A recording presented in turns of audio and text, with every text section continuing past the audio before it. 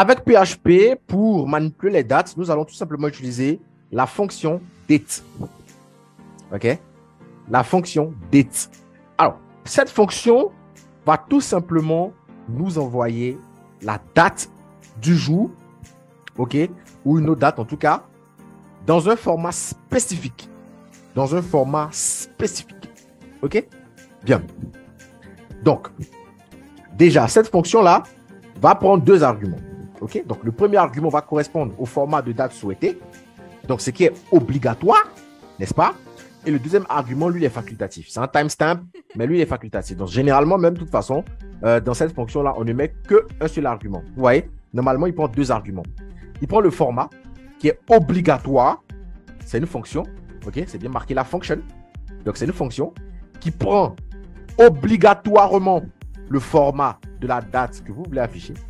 Et le deuxième paramètre, c'est un timestamp. Alors, le timestamp, il n'est pas obligatoire de le mettre, raison pour laquelle il y a un point d'interrogation devant le type int. Alors, le type int, c'est quoi? C'est tout simplement, quand on dit type int un élément d'une fonction ou une fonction même, ça veut tout simplement dire que on veut obliger, en fait, les utilisateurs à mettre des choses que nous allons pouvoir traiter dans notre fonction. C'est-à-dire, ici, on a mis string format. Ça veut dire que quoi? Ça veut dire que les variables qui vont remplacer le format dans la fonction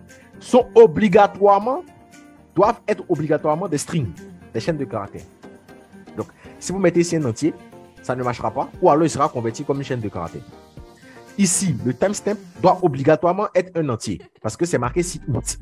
Si vous mettez un string, là, ça ne va pas marcher du tout. Voilà, ça ne marchera même pas, ça va créer un bug.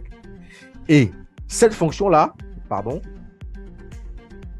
voilà, cette fonction-là va nous faire sortir un string.